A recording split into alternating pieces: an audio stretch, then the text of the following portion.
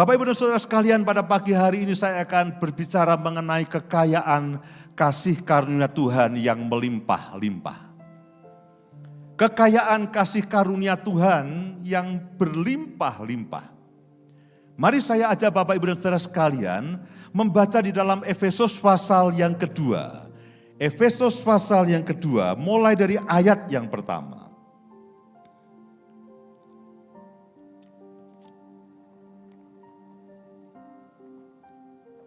Ada cukup banyak ayat yang saya akan bacakan. Saya berharap Bapak Ibu akan konsentrasi dan mendengarkan ayat demi ayat. Judul perikopnya, semuanya adalah kasih karunia. Semuanya adalah kasih karunia. Ayat yang pertama, kamu dahulu sudah mati karena pelanggaran-pelanggaran dan dosa-dosamu.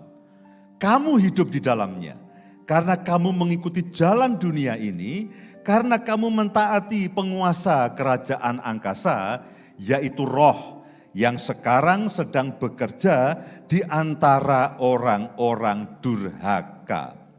Sebenarnya dahulu kami semua juga terhitung di antara mereka.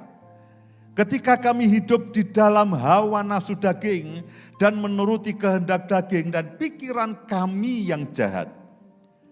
Pada dasarnya kami adalah orang-orang yang harus dimurkai, sama seperti mereka yang lainnya. Tetapi Allah yang kaya dengan rahmat, oleh karena kasih-Nya yang besar, yang dilimpahkannya kepada kita, telah menghidupkan kita bersama-sama dengan Kristus. Sekalipun kita telah mati oleh kesalahan-kesalahan kita. Oleh kasih karunia, kamu diselamatkan. Hal pertama yang saya ingin tekankan kembali, oleh kasih karunia, saudara dan saya diselamatkan. Bukan karena perbuatan baik dan bukan karena upaya manusia.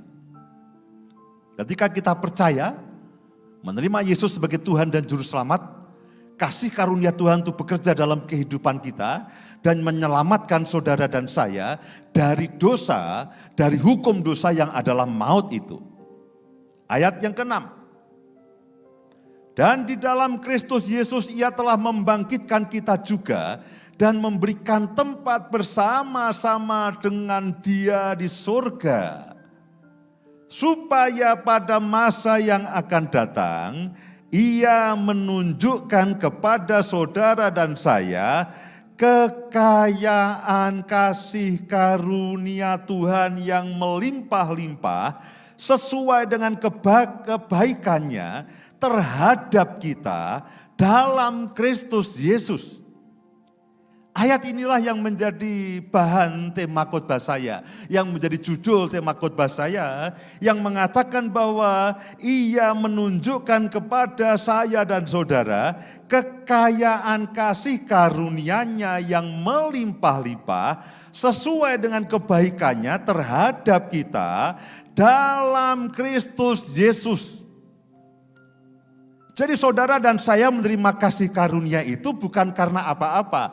Karena kasih karunia itu adalah anugerah. Kasih karunia itu adalah pemberian cuma-cuma. Pemberian cuma-cuma. Dan itu saudara dan saya terima di dalam Kristus.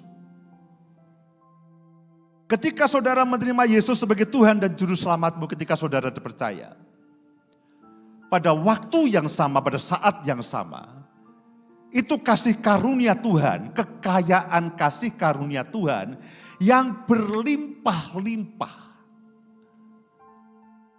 Itu masuk dalam kehidupan saudara bersama-sama dengan Kristus yang saudara terima sebagai Tuhan dan Juru Selamat.